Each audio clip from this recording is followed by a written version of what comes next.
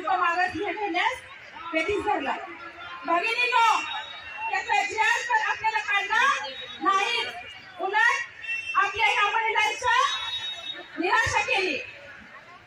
म्हणून परत आपण कृती समितीच्या वतीनं आपण 12 जानेवारी पासून बेमुदत संपावर गेलेलो आहोत। हे सरकार आपल्या बाजूचं नाहीये, हे सरकार आपल्या कष्टकरी वर्गाच्या बाजूचं नाहीये, हे सरकार कुणाच्या बाजूचं आहे तुम्हाला माहिती आहे का? भांडवलदारी लोकांच्या बाजूचं आहे, हे लक्षात घ्या भगिनींनो। आणि त्याला आपल्याला विरोध करायचा आहे।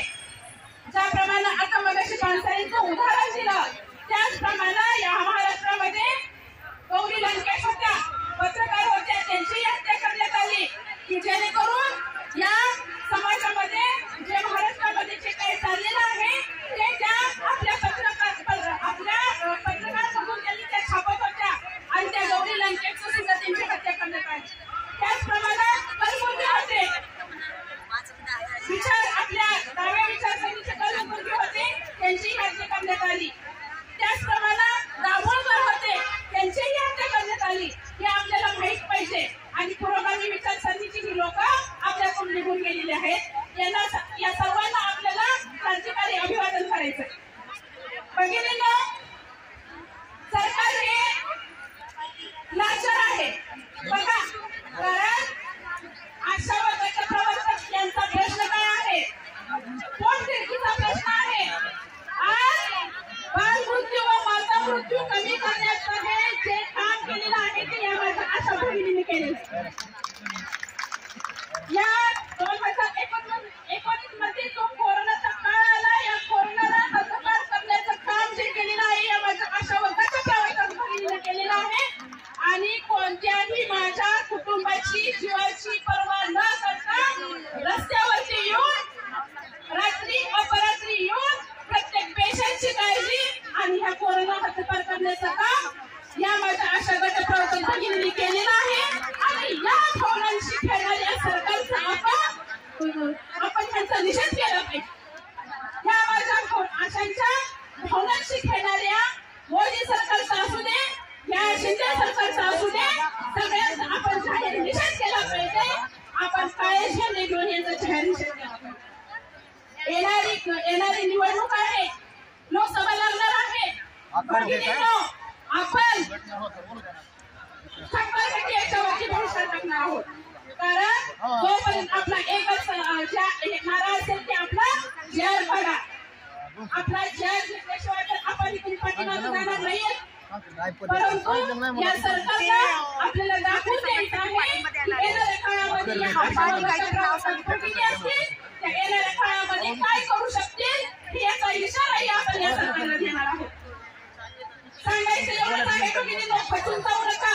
आपण सावित्रीच्या लेकी आहोत, खचून न जाता आपण मैदानात उतरलेलो आहे। आपण मैदान गाजवल्याशिवाय परत जाणार आहोत, हे आम्ही आंदोलनाच्या आजच्या ह्याच्यातून सांगितलं। भगिनींनो, बरेच काळ गेले, बरीच वर्ष गेली, आपण रस्त्यावर आलो, संघर्ष करत आहोत, 12 वर्ष झाले संघर्ष करत आहोत। याचा न्याय सरकारनं आपल्याला दिलेला नाही। प्रत्येक वेळी हे सरकार आपल्याला रस्त्यावर उतरायला भाग पाडत आहे। प्रत्येक वेळी हे सरकार आपल्या कोणाला पानं पुसण्याचं काम करत आहे। तर त्या सरकारच्या विरोधात आपल्याला विरोध करायचा आहे। ज्याप्रमाणे अन्न, वस्त्र, निवारा या 3 गोष्टीप्रमाणे आरोग्य आणि शिक्षण हेही महत्त्वाचं आहे। परंतु हे सरकार काय करत आहे? तर आज शिक्षण आहे ते खासगीकरण करत आहे। जे आरोग्य आहे ते सुद्धा खासगीकरण करत आहे।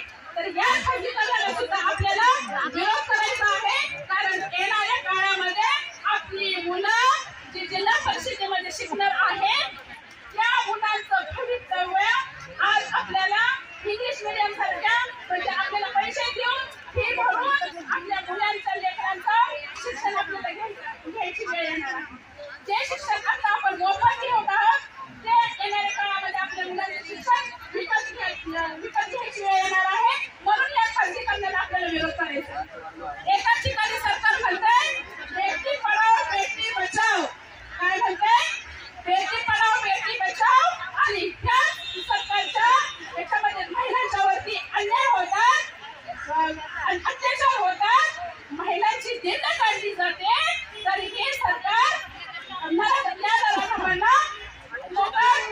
आमची सुटका करतंय आणि आमच्या महिलांच्यावरती अत्याचार होतो।